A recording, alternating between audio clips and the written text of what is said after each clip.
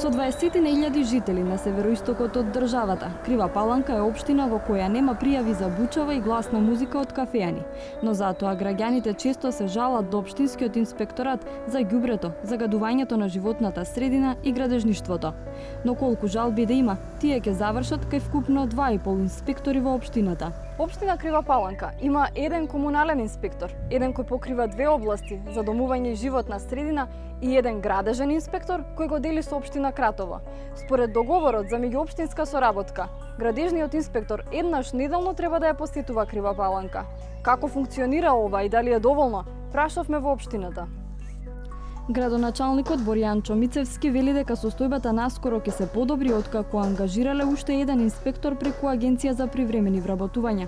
Со таа бројка, вели тој, ќе може да се стаса се, но под услов инспекторите да добијат дополнителни обуки и средства. Овој кадар кој што го имаме со доволно и правилно насочување, обука, но покрај тоа и материјално екипирање во насока на тоа дека е потребно можеби и возило, и тоа поединечно возило за секој од нив, но и други ресурси кои што ги имаме со материјален аспект, се доволно да ги покријат потребите за она што се нарекува Крива Паланка и 33 рурални населени места кои што се во надлежност на општина Крива Паланка. Кога општините би ги имале сите потребни инспектори и услови, прашање е колку од граѓаните се подготвени да бидат нивни очи на терен. Според истражувањето на НВО Инфоцентар, дури 90% од граѓаните никогаш не пријавиле ниту пак познаваат некој што пријавил проблем во општината во која живее. 2,5% не одговориле на прашањето, а само 7,5% одговориле дека или пријавиле или знаат некој што пријавил. Од тие што пријавиле, дури 60% имаат негативно мислење на постапувањето на инспекторите, 21% ниту негативно, ниту позитивно, а само 17% позитивно. Овие перцепции не се само на граѓаните на Крива Паланка, туку се просек за целата држава. Најголема и најбогата единица на локалната самоуправа е градот Скопје, па логично и градскиот инспекторат е најбројниот инспекцијски орган на локално ниво во Македонија. Но раководителот Мирослав Богдановски вели дека и кај нив недостигаат инспектори. Минатата година имавме оглас за вработување на 15 инспектори, меѓутоа немаше заинтересираност за пријавување за местото инспектор. Од 15 инспектори пополнивме, мислам дека 5 места. Исто така слаби сме со број на возила. Почнавме со 3 возила оперативни, сега веќе ги направивме 8 возила оперативни што ги имаат инспекторите кои ги користат за секојдневните потреби. Со помалку инспектори од потребното, градот е принуден да бира каде ќе пополни, а каде ќе остави празни места. Например, со растот на потребата да се реши загадувањето на воздухот, има и нов кадар и повеќе ресурси за оваа проблематика. Почнавме со 3 инспектори, сега веќе имаме 6 инспектори, значи тоа е зголемување од скоро 100% во однос на инспекторите, меѓутоа тој број на инспектори се уште мислам дека треба да се зголеми. Зашто градот Скопје е голем град, има многу правни субјекти кои работат на територија на град Скопје и ги зголемивме инспекцијските надзори, значи ја зголемивме буџетот кој го имаме за одење на терен заедно со акредитирана лабораторија.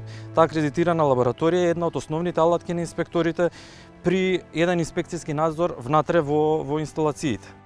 Капацитетот може би се решава со повеќе пари и кадар, но не и довербата од граѓаните. Инспекторатот на град Скопје работи и на тој проблем, меѓу другото преку посебна страница на Facebook и алатка за пријавување проблеми преку интернет што автоматски завршува кај надлежен инспектор. Но истражувањето на НВО Инфоцентар покажува дека дури 42% од граѓаните сметаат дека инспекторите во својата работа зависат од градоначалниците. Само 24% го делат ставот дека инспекторите се навистина независни, а дури 27% одбиваат да одговорат. Останатите 7% немаат јасен про или контра став.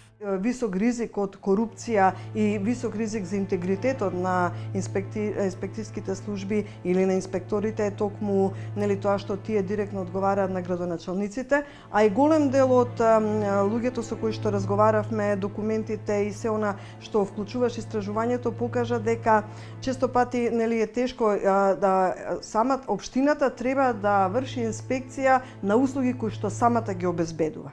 Првиот човек на Крива Паланка не се согласува со перцепцијата дека тој влијае на инспекторите.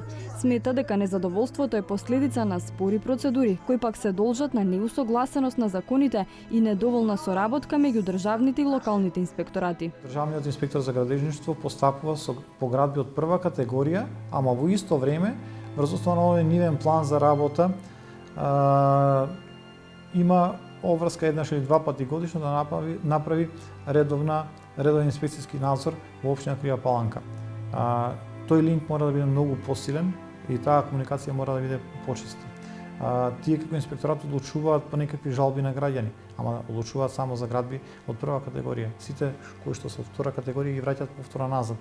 И тука има, значи, празен од кај што можеби странките перцепцијата дека градоначалникот е тој кој што има влијание врз инспекторските служби. Не.